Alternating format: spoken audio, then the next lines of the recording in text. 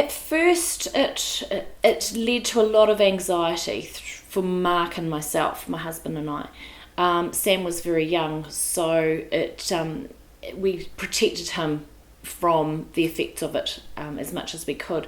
But driving, not driving very far, staying sort of very local to and from the shops, and that was about it. Going on holiday, there was no question of being able to go overseas on a plane or anything like that, for fear of me having an attack or an episode, because they were happening quite regularly and without any warning.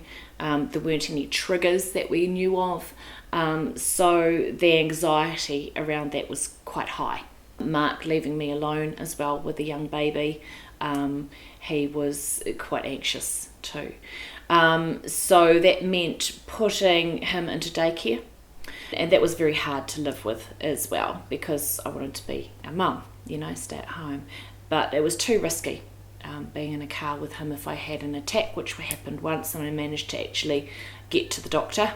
We have probably lived in a daze for the last sort of two years, really. I was pregnant with Alex when I had a very major serious attack, and it was 6 weeks before our wedding, so there was a lot going on at the time. Prior to that, we only had Sam, so it was okay. We took time out as a couple. We only had a young baby. We'd still go on holiday. We'd go away for weekends and things like that, and it was fine. Whereas after the major attack and after Alex was born, it became a lot harder with a young baby. My husband travels a lot as well.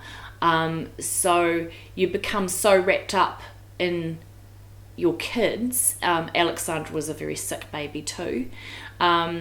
So we had her health issues to deal with on top of my health issues. So really the focus became all about her and protecting Sam as much as we could from the stress that caused in the house. We have come to a point now that she's come through it. My AF is being managed a little bit better. We're in a better state of mind, mentally and emotionally. We have put strategies in place. We've rethought our strategies and put new strategies in place, because as the kids grow older, things change as well. And we just make time for each other as much as we can, whether that's going out for dinner or taking a few nights away, going away for a weekend and leaving the kids with family or friends. We were reluctant to leave Alexandra with anybody for quite some time because she was so sick. So we were insulated. We didn't really go out at all. So now we're sort of getting back on our feet and coming out of the dark, and going on holidays and having time out for ourselves and making a point of doing that, which is important. But it's tough. You have your own ways of dealing with things. I have mine. Mark has his. And sometimes they're not the same.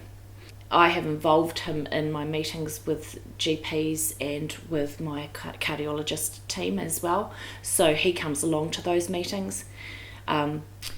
Partly so that he is involved and he hears what needs to be, discussed, and he's part of that process in terms of the strategies. It's not just me that, although it's my body and what I want to do, he has to be part of that. I have to consider him as a part of that. But also sometimes with the medication, or if I haven't been feeling great and I have been having blips over a period of days, sometimes I'm not quite onto it to actually take all the information in. So he also takes notes, and then we go away and we discuss those, and that may raise questions that we can then go back and ask the cardiologists. So we both approach things differently, but sometimes that's a good thing, because there might be something that he looks at from a perspective that I can start looking at, at it from. So